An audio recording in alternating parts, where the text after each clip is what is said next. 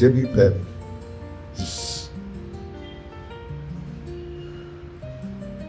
அதிகமா நோய்வாய் பிழைப்பேன் என்கிற ஒரு நம்பிக்கை அற்று போயிடுச்சு. அந்த நிலைமைக்கு ஆயிடுச்சு. ஊழியக்காரர் ஊழியக்காரர் வரும்போது கூட அவங்க என்ன சொல்லணும், நீ தான்பாஸ் பிழைக்க மாட்டாரு அப்படின்னா சொல்லி போயிட்டோம். நான் மிகவும் நெருக்கப்பட்டு அழுதுட்டேன். அந்த சமயத்துல தான் என்னுடைய மனல் மாறிச்சுட்டேன். இப்படி நெருக்கப்பட்டு என்னுடைய மனைவி திடீர்னு மறைச்சிட்டாங்க. கர்த்தர் எனக்கு ஜீவனை கொடுத்தார். இன்றைக்கு நான் ஜெபிக்கும் போது, இன்றைக்கு ஆவில நிறைந்து ஜெபித்து கொண்டிருக்கும் போது என்னை கொண்டிருந்த சில வேண்டாத பலவீனங்கள் எல்லாம் என்னை விட்டு போறது நான் பார்க்கிறேன்.